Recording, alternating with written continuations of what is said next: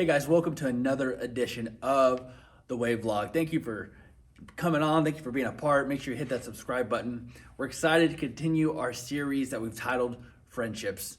As you can see, we're in a different area, in a different space to let you know that things are coming. What's behind us is happening very soon. It's going to be awesome. More details will come in the next couple of days about the relaunch of student ministry. So we're just super excited about that. But let's get back to friendships.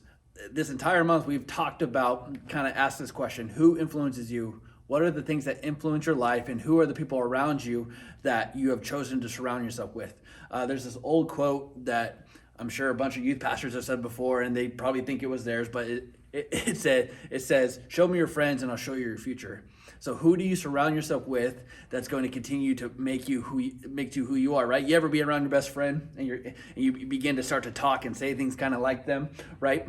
So Pastor Alex and I, we have this relationship where, I say some of the things he says some of the things I say, and Pastor Alex says that I have ruined him, which is not true, but I've just made him better.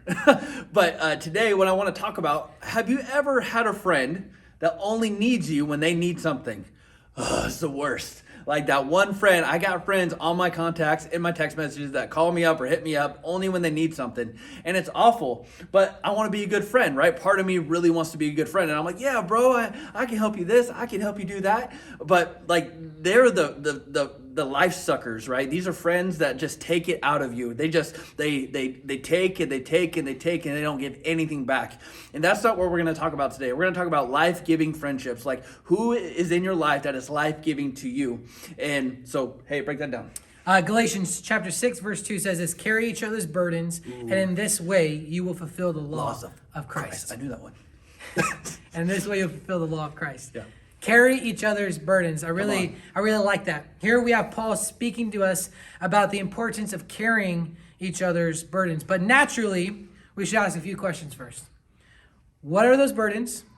And whose burdens are we carrying? Right? Who are these people? So what burdens? The burdens that he's speaking of here are often the sins, the struggles, the things that we are going through that we need help with, right? A lot of us feel like that we have to go through these things by ourselves, that we have to struggle in silence and be like, oh no, like nobody understands me. But in reality, being a part of the church, having healthy relationships means that you actually don't struggle by yourself, but rather you allow other people to help you with those burdens. Yeah. And whose burdens are we talking about? That's the brothers and sisters in Christ. That's the fellow believers, people within this community. That is true community. That's what it really means to have a life-giving friend. And that's what the church is supposed to be about. See, many of us don't realize that true friendship happens when you have someone who is willing to walk through the struggles of life with you. Friendship is being willing to help someone when there are, everything's going great, and when things are going not so great. Right. That's true friendship, right? To guide them in the right direction when they don't know where to go. True friendship isn't the idea of, I'll let them do whatever they want. I just want them to be happy. It's actually, if you see the path that they're on and they're going down a bad path, it's actually helping them. It's actually being there with them and saying, hey, no, I want to direct you back to God. Yeah. That is life-giving friendship. A true friend guides their friend back to God, knowing God, is their only hope. And then Paul wraps it all together by saying this. He finishes it all up by saying, and in this way we fulfill the law of Christ. Well, what's that law? Well, obviously it's love one another as I have loved you.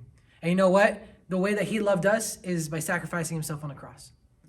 And in the same way, sometimes as being a life-giving friend, somebody who actually cares about somebody else, it's being willing to sacrifice our time for our friends when they are in need. Yeah. And sometimes that's what needs to happen. Sometimes that's what we need to do. And you know what? We should be looking for friends that are just like that as well. Absolutely. Pastor Alex, you hit on a few things. In my life, I've had all these moments, ups and downs, lefts and rights, all this stuff. But the realest friends I've ever known in my life are when I'm at rock bottom and everything is going bad for me and I've made some horrible decisions, and I look around and all the people I thought were my friends are gone, nowhere to be seen. But there's those few people that stuck it through to the very end because they care about me more than they care about what I can do for them. Like, that's a friend. A friend is your friend based upon who you are and how much love they have for you, not what they can get from you. That's not being a friend. That's just that's just a easy acquaintance. That's just a convenient person to have in your life to get stuff from. And that's not what we want to do. To fulfill the law of Christ means that you have to sacrificially give of yourself in your friendships, right? I know without a doubt that Pastor Alex, this man right here that sits next to me, would do anything for me, my family, my Deb, and the girls.